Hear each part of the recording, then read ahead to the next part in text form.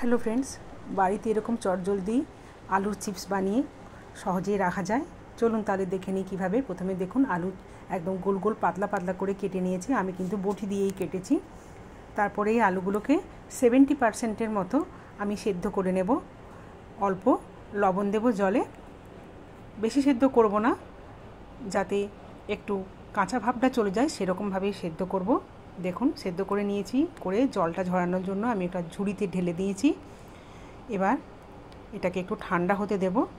ঠান্ডা হবার পর আমি একটা পাতলা সুতির কাপড় নিয়েছি, পরিষ্কার একটা কাপড় নিয়ে সেটাকে আমি বাড়ির মধ্যেই, এখন তো ভীষণ গরম, ছাদে দেবারও কোনো দরকার লাগবে না, তো বাড়ির বারান্দাতেই আমি কাপড়টা পেতে দিয়ে আর ওই সেদ্ধ করে রাখা আলুর স্লাইসগুলোকে একটা একটা করে ভালোভাবে কাপড়টার মধ্যে শুকনো হওয়ার জন্য রেখে দেব। এখন যা হিট, এই বারান্দাতে যে রোদের তাপ আসছে বা রোদ আসছে তাতেই কিন্তু এগুলো সন্ধ্যের মধ্যে শুকিয়ে যাবে।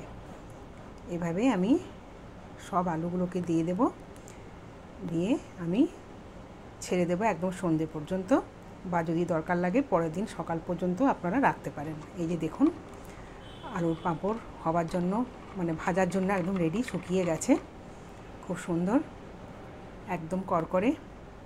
এবার সাদা তেলে এগুলোকে ভেজে ওপর থেকে একটু লঙ্কা গুঁড়ো, চাট মশলা এসব দিলেই কিন্তু আলুর চিপস একদম দোকানের মতো ঝাল ঝাল রেডি।